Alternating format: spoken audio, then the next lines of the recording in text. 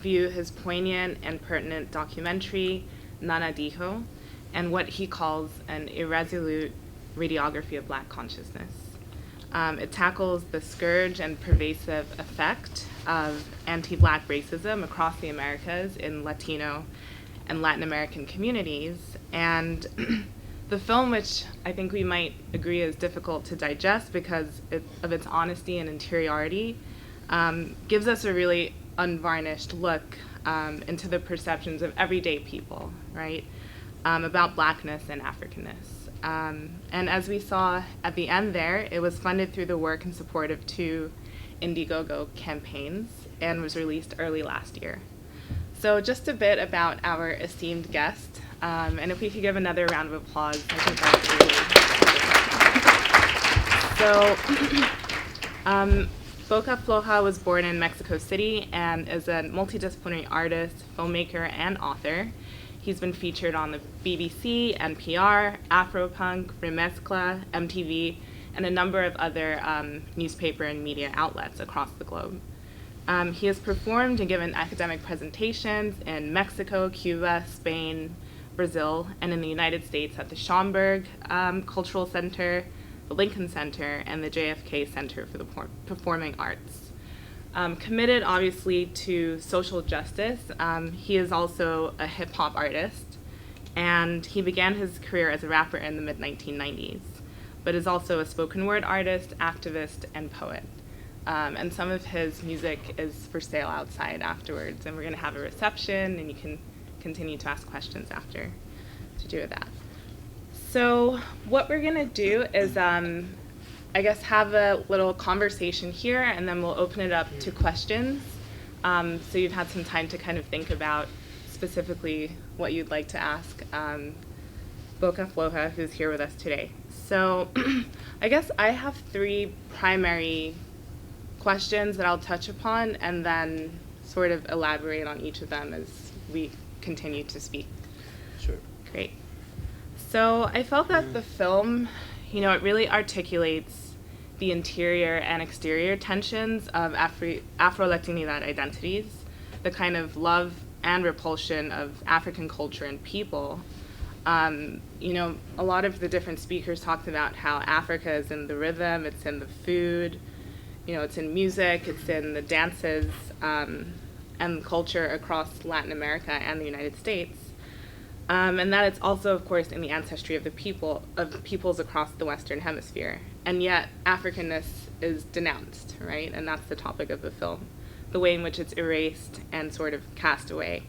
And I feel like you show us a really beautiful rendering that spans from Mexico to Honduras, Argentina, Uruguay, people from Cuba are speaking, and the US, of course. So you interview people from the Garifuna community, people of mixed heritage, and you examine the kind of nuances of colorism to do with skin and hair. And I really felt that Nana Dijo offers a kind of choir of perspectives with regard to all of those that I just mentioned.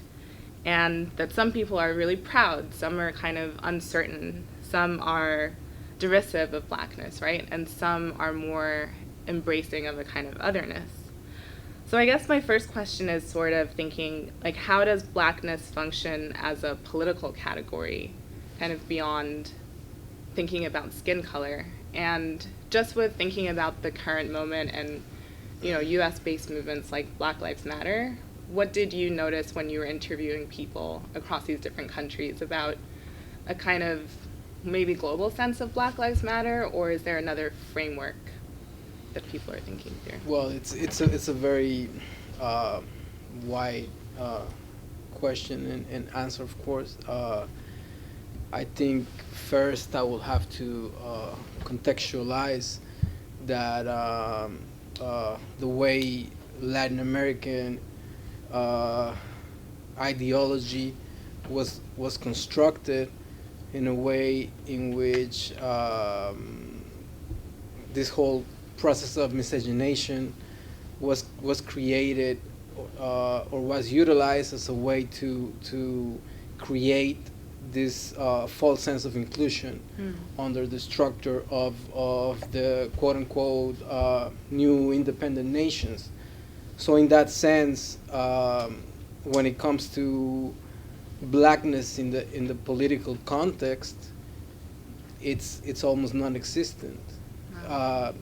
There's of course like a few more recent movements in play pretty much all over the continent, but of course the case of Brazil, some cases in Colombia, some political movements that affirm blackness in that sense, but people don't recognize as that. They don't embrace that because in a way Latin America was absolutely founded on being anti-indigenous and anti-black. So there's no space for that type of affirmation in the political context. I was mentioning you earlier that just to bring an example, Mexico in paper or on paper didn't recognize the existence of people of African descent until 2001. So that's a kind of like a symptom of how perverse and manipulated is hegemonic history in those contexts. Of course, this whole Latin American nationalism, in a way, was fortifying a model of internal colonialism.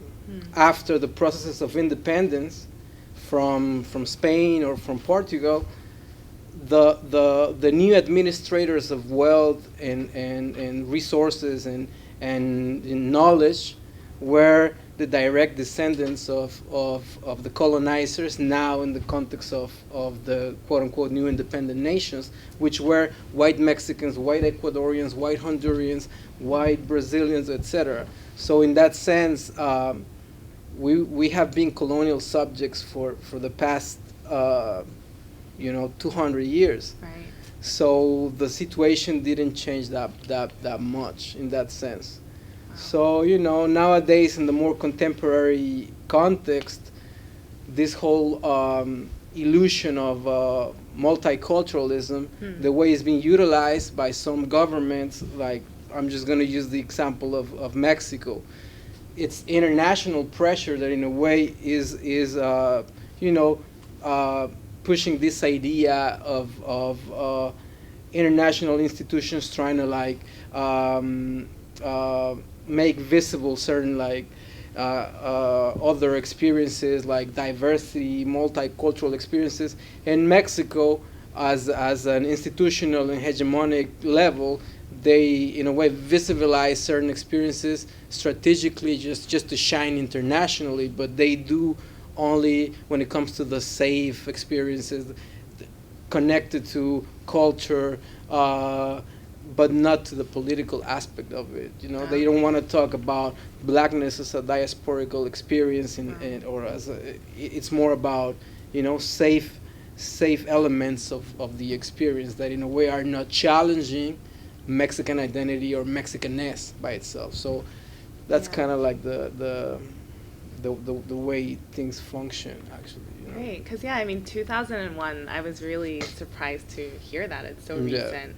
And I guess just to follow on with that, I was wondering then, were people ready to speak to you about this topic, or did you have to kind of gain their trust in a sense, or were they ready to just be honest about it? Well, first of all, I have to explain that for me this is a narrative in first person, meaning that this is my personal experience as well. So I believe when it comes to documentary filmmaking, I was very, very intentional in trying to stay away from this anthropological or journalistic type of approach, because I understand that the one that is carrying the camera, in a way, is creating some sort of imbalance, like when it comes to power, because you're in a way transgressing a space that not necessarily belongs to you. So in this sense, this is like extended family, and it's like connections that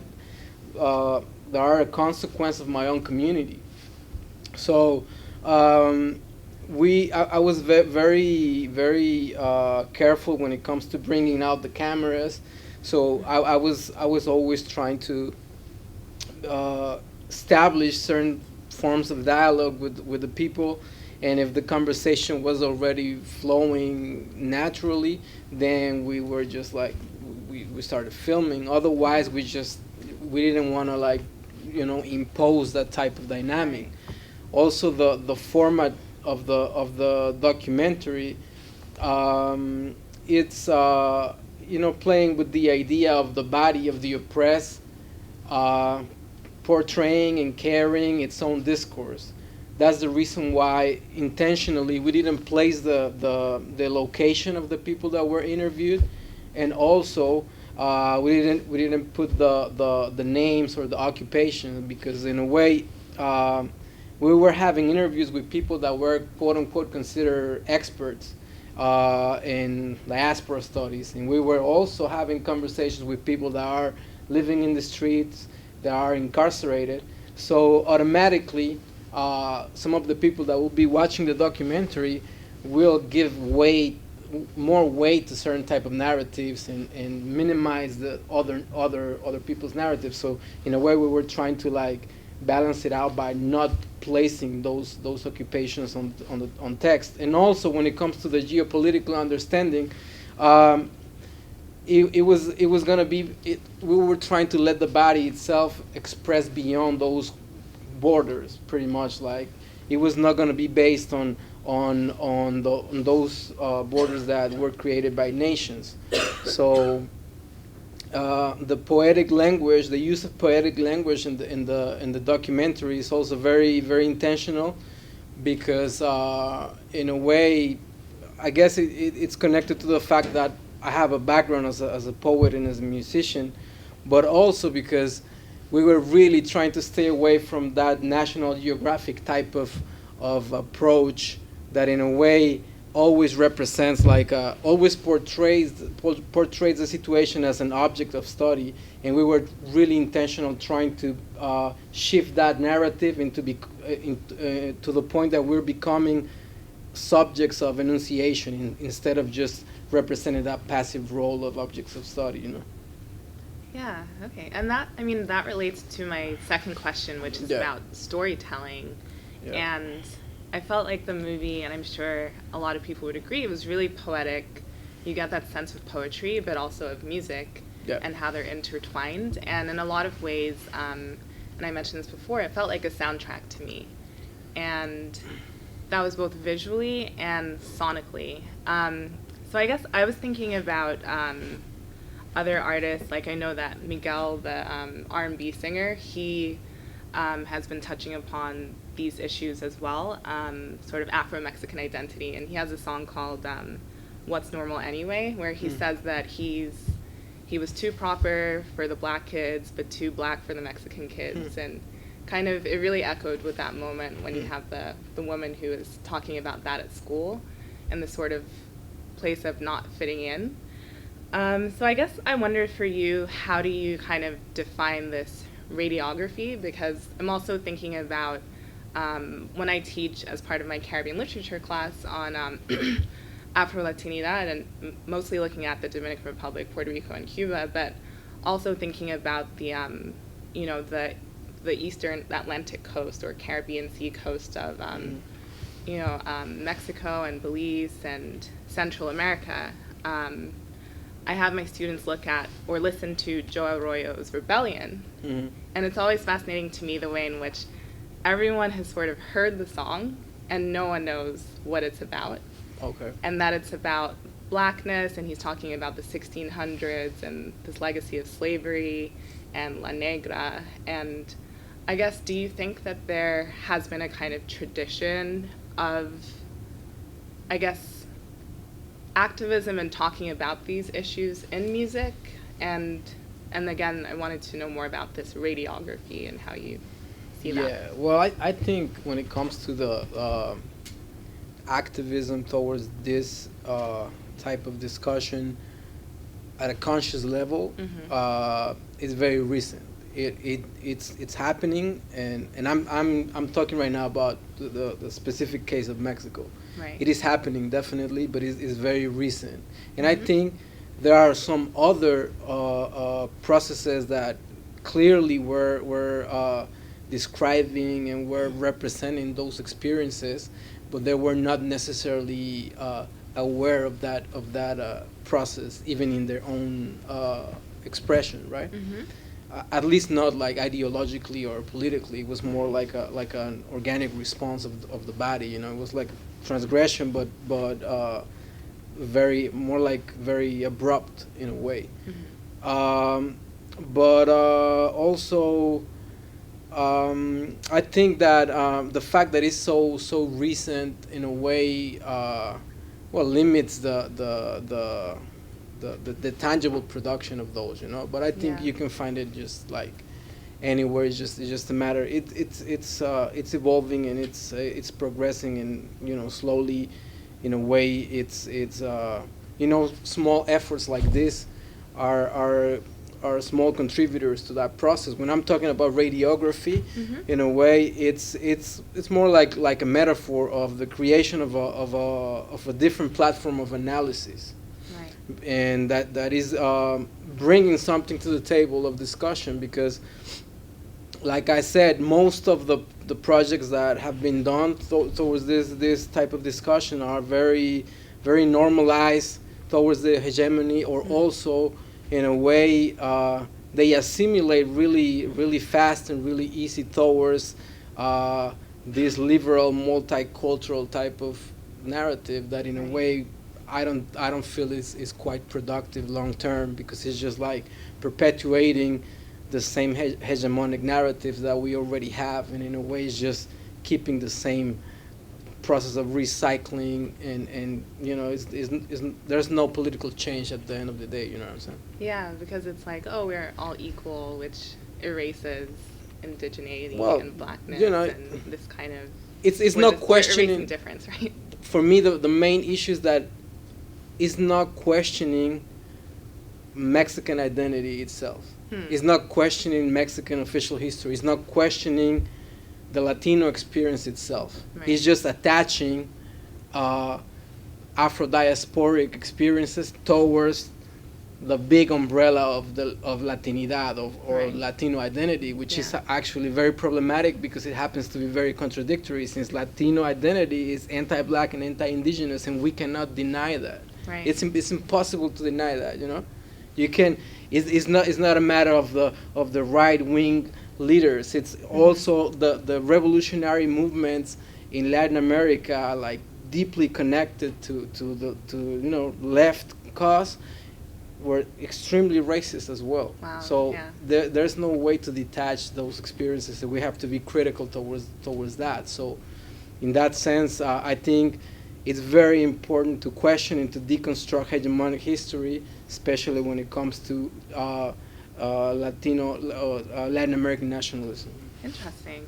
Because, I really did get that sense that it's so pervasive. And in one moment, someone said that, in the U.S., maybe racism is much more explicit, whereas it's sort of figures in a different way in a context. And I was wondering then about the title of the work, right? So Nana Dijo, and this, how do you kind of see the voice of the elders, or that vernacular voice? Because there are a number of references to grandparents and of an older generation, and you had the one man who was saying, like, oh, my great-grandfather was black, but that has nothing to do with me. Yeah. So I wondered, towards the end, there was the woman who was dancing, and we were hearing about what the grandmother said. So I guess maybe if you could elaborate on what the grandmother is saying or says. Well, the grandmother situation happens to be like a very, very, there's a very simple reason behind it, is the fact that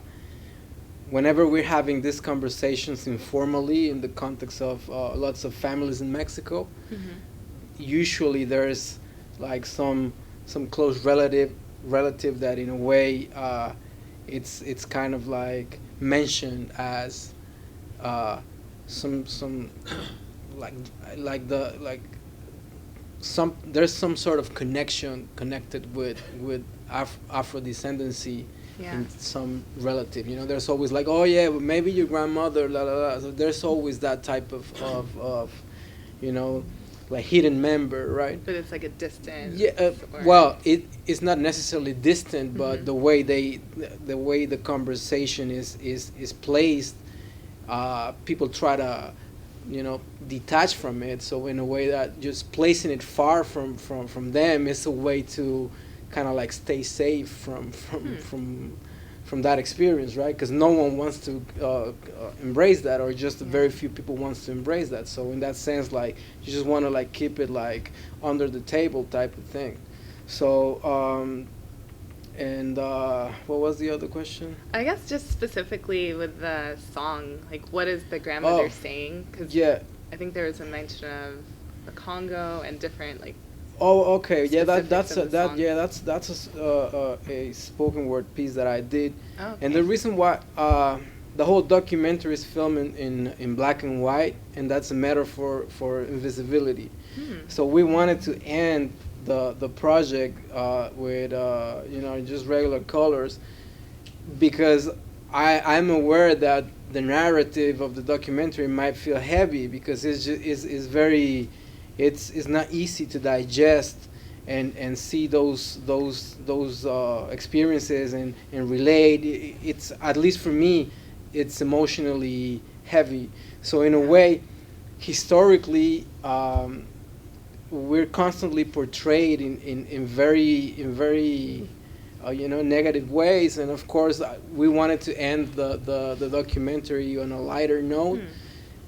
Like kind of like embracing the fact that even through all this historical abuse and historical conflicts that have been affecting us, in a way we're still shining, we're still like proud of who we are, and we're still dealing with our complexities in a very empowering type of way. So that was kind of like the contrast between black and white and then shifting into color. The poem, in a way, is pretty much talking about this colonial experience, and I'm just dealing with my very personal experience with self-hate and lack of recognition and the lack of capacity to I guess understand my own, because I remember, like, while growing up, I didn't have the elements to intellectually understand why my father was looking the way he was, because there was no framework in which I could understand that people of African descent were living in Mexico, especially coming from a working class historically marginalized family. I didn't have access. I don't. My parents didn't go to school. I'm not coming from that type of background in which I had access to certain type of information. So I remember like having to lie constantly, like, oh yeah, my father is we have like a Cuban grandparent or something. Oh wow, interesting. Because it was like the easiest lie and the easiest excuse, because there's a bunch of there's a very significant Cuban immigration in Mexico, so that was like the it was very naive, but it was like the easiest way to justify myself. So it's complex. So at the end we wanted to that poem in a way is like expressing all those experiences. Interesting. So as a child, you were kind of trying to find this narrative. Yeah, I didn't. For yourself. Yeah, I didn't. There was no reference for me, like at any, So, I mean, in a way, like music definitely helped me a lot. Kind of like to feel comfortable with lots of my personal historical processes as a man of color. Definitely, hip hop helped me out a lot to understand lots of things, And then it opened like a new dimension when it comes to intellectual references that I could search, because. Well, Well, it's interesting because I was thinking about, I felt the flow of the film is really nicely punctuated by this sort of landscape you begin with and this young boy. And yeah, it feels like a journey that you're taking us on. Yeah, it is. Yeah. Cool. But yeah, we'll open it up for questions now. So we'll start on this side of the room and then we'll go to that side. Yeah, so in the back there. Yeah. I think we have microphones coming around, so. I don't think Oh, because we're recording. So if you can say your name and. Jose Pepe Flores, community activist on Loisaida. And when you're talking about the grandmother, the black grandmother, hay una frase en Puerto Rico very famous that people ask, ¿y tu abuela dónde está? Because they were hiding the grandmother in the kitchen. And there's a poem in the tradition of poesía negroide, Paresmados in Puerto Rico, Carbonell in Cuba, that they incorporated this. So there's a poem that addressed that issue of hiding your black grandmother in the kitchen. And the reason was, or the explanation for that was that, and I, being black in Puerto Rico, being born and raised over there, there's always this narrative that was like, not direct, but indirect, that, well, you know what, you have to marry a white girl, you have to improvise, you have to, tienes que mejorar la casa, and that was something that was, and I was very naive in those days, and maybe I still am, but it was something that it was put in your mind, in the back of your mind, not in a forceful way, but it was always in a sublime way, that the thing of marrying a white woman to the race. And then there was a playwright, I think it was René Marquez, that wrote a play addressing this issue too of a woman with white features, but her grandmother was black, and he was the one that raised her, and she knew it was her grandmother, but she kept her in the kitchen. And even when she married this guy, she denied her being her mother. She was their servant. So this issue was, that was a way that we, or the people, sort of in interpretation of the situation of like, whenever somebody got up and said, oh, no, no soy negro, people used to say, ¿y tu abuela dónde está? Wow. That was the way to do that. Thank you. Thank you. Yeah, I mean, we were sort of talking about this earlier, and my research looks at the Chinese in Jamaica and that community, and it's a similar thing where there's like this hidden black grandmother, and no one talks about her. So it's interesting being in the kitchen. I don't know if you had a response or. Yeah, no, I just want to add that that phrase, the mejorando la raza, that is like in Mexico is very, very, very, very popular, and it's almost like, it's almost mandatory. Like every time someone in the family is about to get married or expresses plans to get together with someone, it's kind of like a very serious joke. Everybody's like, oh, but don't forget you have to improve the race, because and that means only like just whitening, and not only at the level of skin, but also like at the epistemic level, definitely. So it's very, very problematic, and everywhere I've been, it's always the same when it comes to that. Wow. So the question. Great. So any other questions? Here and then over here next. Hi, I'm Bruno. I was very interested in a comment from one of the interviewers. She says that when she traveled to Mexico, she discovered that the constructions of race were quite different, and she was no longer black. But like you were traveling all over Latin America and the United States, I wanted to know what your perception or what you discovered, and how is racism constructed differently, like for example in Mexico, in the US, in Honduras, in Argentina, Uruguay, Cuba. There must be some different ways of not only expressing racism, but constructing whiteness and blackness and indigenous peoples. Yeah. And congratulations. Yeah, thank you, appreciate it, man. I think in lots of countries in Latin America, I would say like most of them, I would say, except from, in some cases except from Brazil, um, the way race is defined is based on pigmentation. So it's not a lot of people understand race as a multi-dimensional experience that includes cultural, ideological, spiritual, political factors or elements. It's just merely based on pigmentation. So technically, only people with very, very, very dark skin complexion are considered black in the context of Mexico. And also, Mexico is it's also constructed in a way that contains it's treated as if it was a racial entity, right? So you're Mexican and that's all you need to know, pretty much. Like there's this whole construction of mestizaje in a way was articulated as a form of pushing this idea of false sense of inclusion that in a way was the foundation of Latin American nationalism. So yeah, it's very different.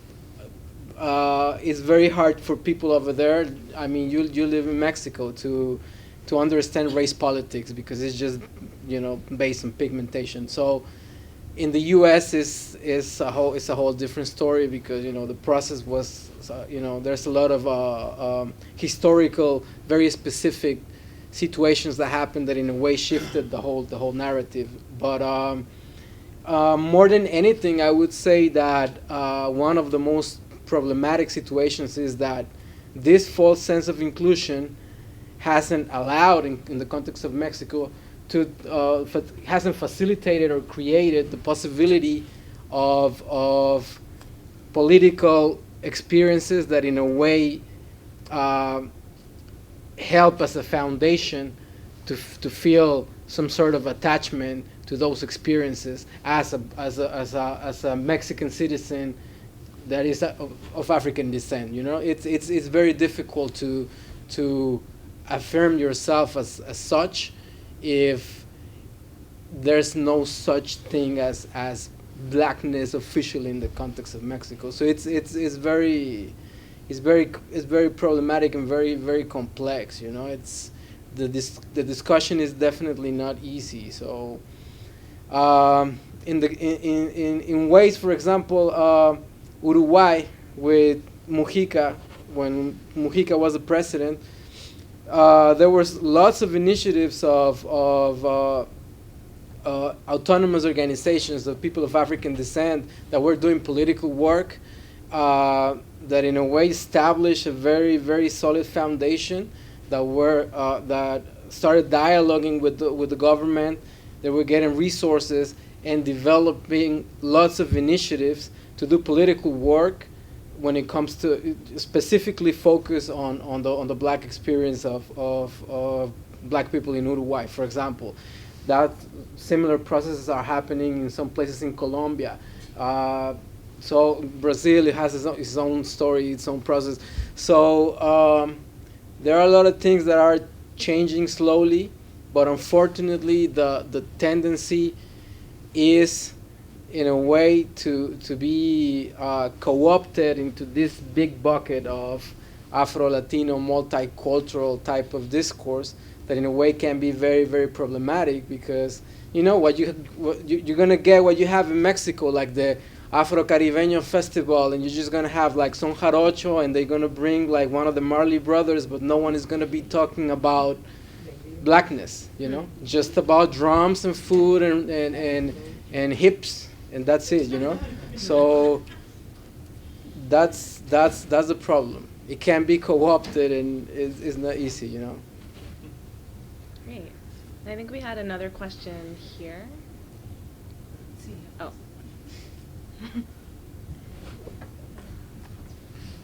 Okay. Well, you'll be next So time. I'm Vanessa, Hi, Vanessa. And I wanted to ask about your embrace of the cimarrón, between calling your company Quilombo Arte, which is very, I mean, it's interesting how you incorporate the runaway slave figure is mostly well known in Cuba with the cimarrón, and in Brazil with the quilombos, and so that, how your relationship to that figure, I'd like you to ask about. Yeah, it's fundamental because for me, like the whole process of cimarronaje for me, it's a political figure that I embrace in the contemporary context, because there's a direct relation between what was going on during colonial times and my condition today as a colonial subject under the framework of Mexico or the United States or pretty much any other nation state. Yes, the name is Quilombo, and I'm very connected to the process that even happened in Mexico with the Mocambos or the figures as Gaspar Yanga, which was was a cimarrón in the context of Mexico and was very crucial historically. So yeah, we're definitely trying to bring that historical process back and apply it in our work ethic and in pretty much my understanding of politics and life and my personal experience, for sure. Great. And we had another question over here. If we can pass the microphone over.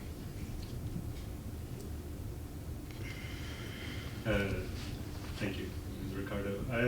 First of all, thank you for the movie. It's very beautiful. There's a lot of questions actually that I had. My question was actually very similar to this one. Yeah. But I'm going to try to push you a little bit on what was my entry point to that question, which was Brazil. You mentioned Brazil in your response. And I mean, of course, as you know, in Brazil, this question of black people being accepted or something, as you said in Mexico, is not the same, right? And you live, even if you think of the fantasy, as you know, of racial democracy in Brazil, that has all of those problems. But so my question was, I guess, for you to tell me something about how you see Brazil in this geography that you just made in replying to this question. I mean, I think even of Racionais MC, right? Which I'm sure you know. Of course. And I'm no specialist at all of Racionais MC, but I would say that Racionais MC is one of the most important hip-hop bands in Brazil, if not the most important, maybe. And they articulate much of their writing, I would say, not in terms of blackness, even though there are definitely some very well-known songs that talk about negro in Brazil, right? So being black. But they articulate much of their writing in terms of being peripheral, which obviously relates to that idea of internal colonization that we're talking about. So I don't know. Yeah, because that's a good question, because I like the term peripheral, because sometimes, like some anthropologists and sociologists, they only limit the concept of the peripheral experience to geographical terms. But we have to understand that the peripheral experience starts with the body itself. So I think when Racionais MCs is talking about like the zona sur and being peripheral in the context of Brazil, it also comes attached with the body. They cannot detach that, because once you cross that imaginary border in Sao Paulo, all you see is black and brownness. So I think it's maybe it's not like articulated intellectually or presented in that format, but I think is the experience comes across very, very clear when it comes to peripheral understandings beyond geographic understandings. And yeah, like, as you mentioned, like this whole construction of Brazil as racial democracy. I mean, it has its own problems. It has its own process. What I was mentioning is that, even when that is quite obvious, the Movimiento Negro in Brazil is politically a very, very powerful experience that if you compare it to some other places in the region, it definitely has a different type of strength. And also, one thing that I just want to add is that it's this whole construction of Latino identity is so attached and so colonial and so attached to this to language that there is a very powerful disconnect between the rest of Latin America and Brazil, and that is very, very nasty, because there's a lot of inherent very problematic circumstances that sustain that problematic process. Even I never understood if Brazilians are Latino in the U.S. actually. Yeah. That's something that I never understood. Yeah, there's a weird sense of isolation and yeah, and it happens with other places as well. It's the case of Belize. It's the border with Mexico, and no one really knows in Mexico. We don't really know anything about that. And there's a reason behind that, and it's a very perverse one, and it's definitely connected with race for sure. Okay, so another question on this side.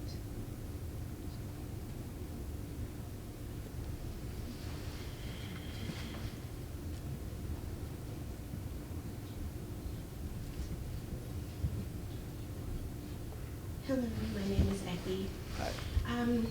My question is kind of more about the blurred lines in what we're looking at. And I guess watching this, which was amazing by the way, we all agree, and thinking about Puerto Rico, in conjunction with what we've been watching, and I've been wanting to ask about one, the power of the American idea of blackness in each place that you went to, and the power of that, as one of the guys said, ordinary black, right? Yeah. That's one question. And the second one was also, who gets to identify as what?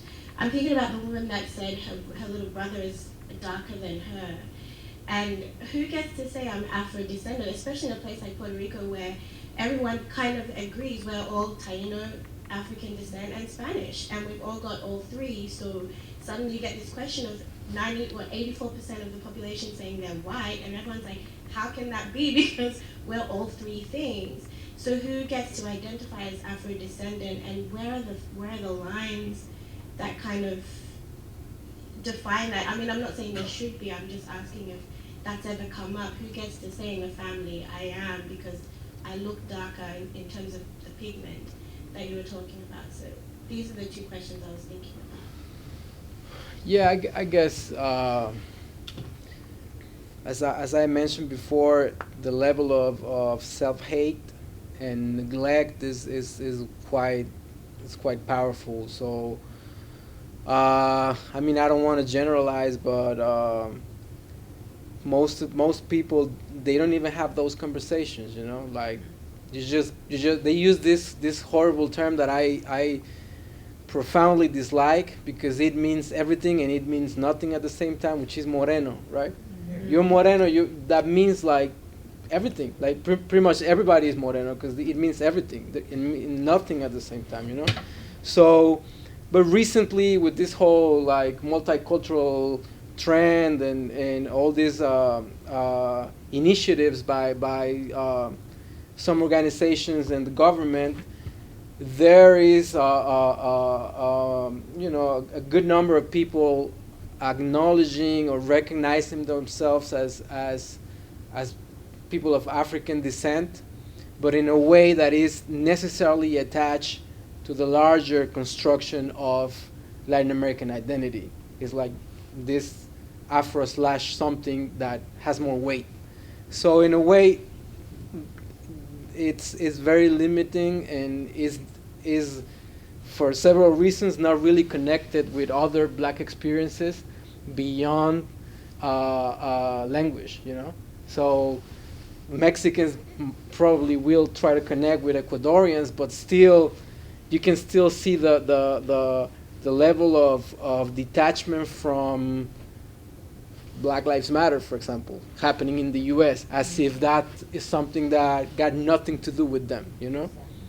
So it is complicated. There's a lot of work to do, and it's barely barely flourishing and starting. And I think like different narratives that are actually challenging this, hegemonic structures and ideologies is very necessary. Great. I And think there was like one here. oh, there's Quickly about the Moreno word. When I was going to Puerto Rico and I said I was black, they said, no, you're not a negro, you're Moreno. Maybe it was like sugarcoating or not accepting the word black. And for some people, it's kind of, la fuerza que lleva a ser, si yo soy negro, decir Moreno. And that sort of thing that which was asking about. Yeah, I think it's a placebo, and it's also a euphemism, and it's very, very, very perverse. Because it was interesting the way that you translated it in the film, right? Like sometimes it seemed like it was brown that you put instead of moreno. Or, yeah, it's changing all over the process, because I was trying to. I mean, that's another conversation, but I was trying to stay away from the regular process of translation, and it was more like transcreation and kind of like follow the intention of the of words. And I think there was another question over here. Mine was The so microphone is interesting when here. you were saying, yo soy Minerva, I'm Minerva. Yeah. Oh, I'm sorry, yeah. And it was about what you were saying, that sometimes most of the movement goes to just this cultural festival and celebrations, but not the really political issues and how marginalized those groups are. And then they got the music, the dances, and they do this whole week, whatever, but it's not in depth of where we are in the society. And I was, when someone was saying, like, I'm from the Dominican Republic, so imagine. And people are embracing different things, like now you have a big movement about the indigenous, Indian, and looking for the Taínos, but like in our country, the indigenous population was like wiped out, very, very right away.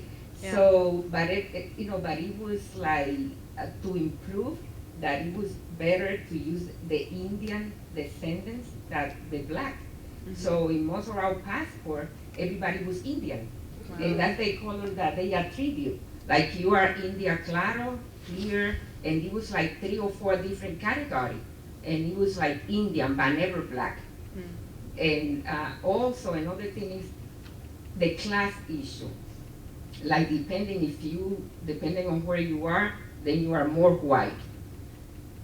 And that gets like, no, but it's a negro blanco. That's how, a black person, but, white. And that gets like it gets so natural, like people absorb all of that. And someone was saying about la abuela, so in ours, like, most of our family, they mix. Like, you have all colors, like, and it was like, no, your father is black. I'm the only black here, me and the pan in the kitchen.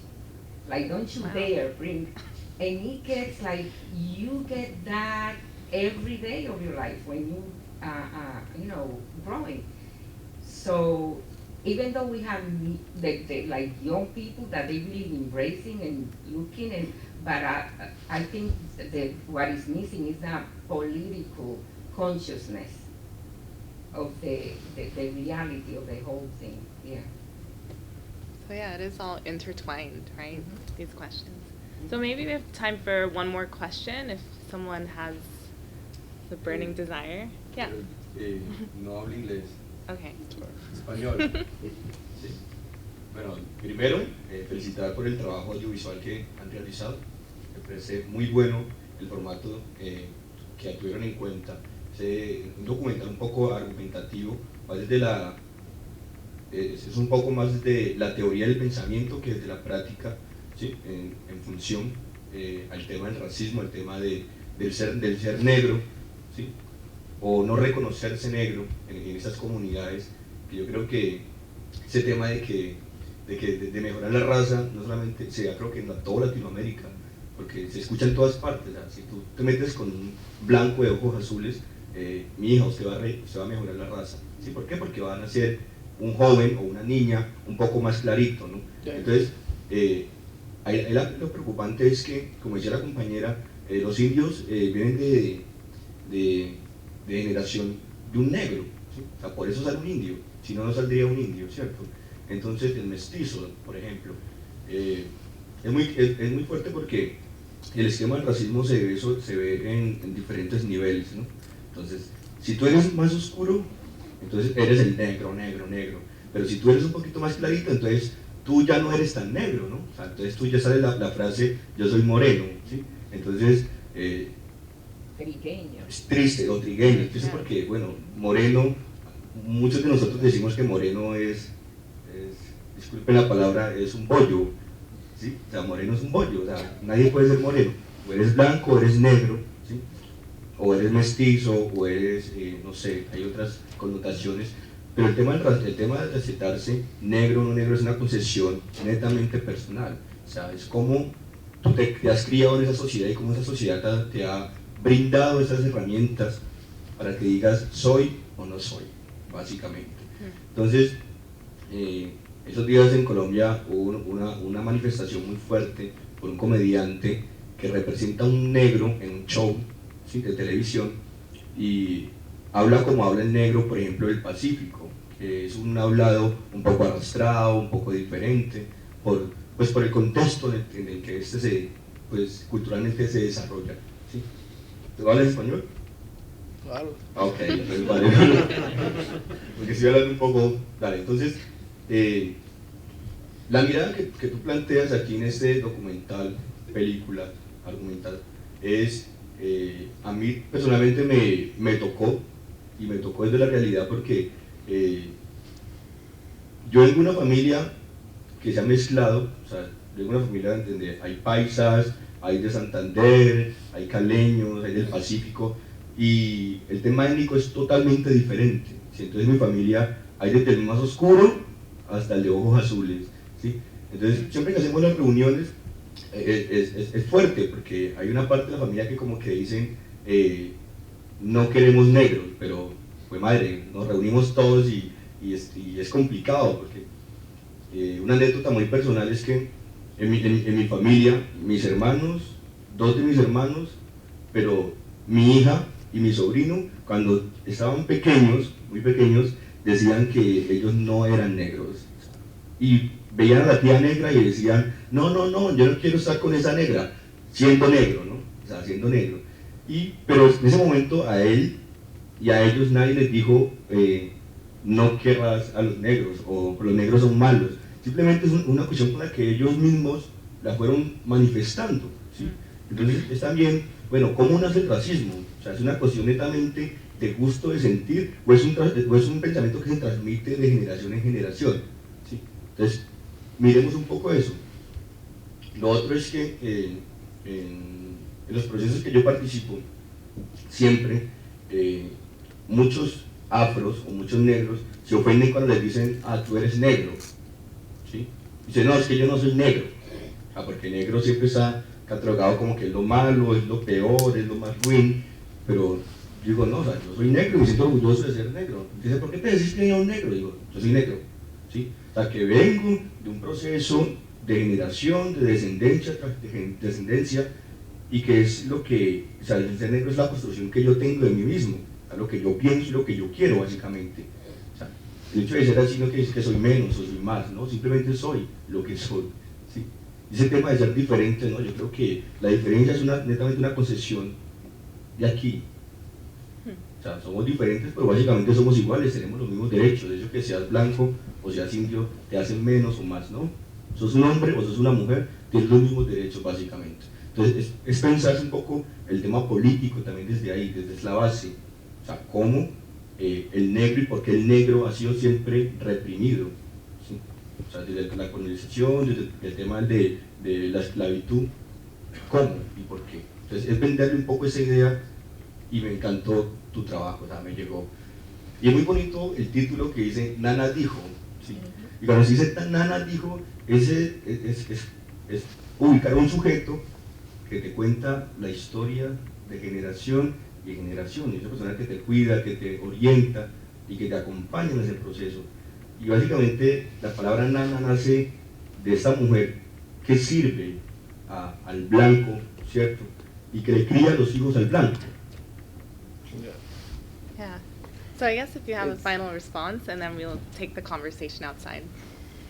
Yeah, should I do it in Spanish? I guess whatever you prefer. Maybe both. No, maybe in Spanish. Yeah, Just very- I'll be very yeah. brief, I think. That's fine. Bueno, va a ser muy breve porque la pregunta fue como, había 725 preguntas ahí, entonces voy a tratar de hacerlo corto. Bueno, creo que sí, las relaciones raciales se manifiestan también en el contexto más íntimo, en la propia familia, y obviamente ahí tengo que diferir contigo. Yo creo que los niños en la familia están de alguna manera expuestos a ciertas dinámicas en las cuales se ha construido una figura muy específica de qué es lo que significa ser negro, aunque no haya sido a través de una cuestión discursiva, es a través de muchas otras experiencias, de modo que ellos a una muy corta edad entienden, más bien operan en base a esta construcción ya casi como de manera automática, ¿no?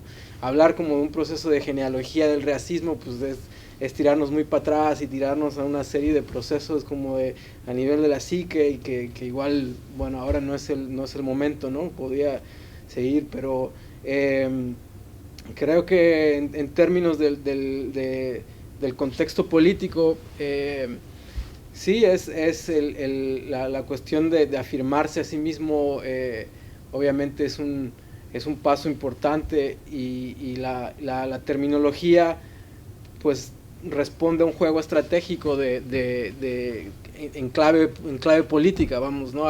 Por ejemplo, en el caso de Uruguay, los movimientos,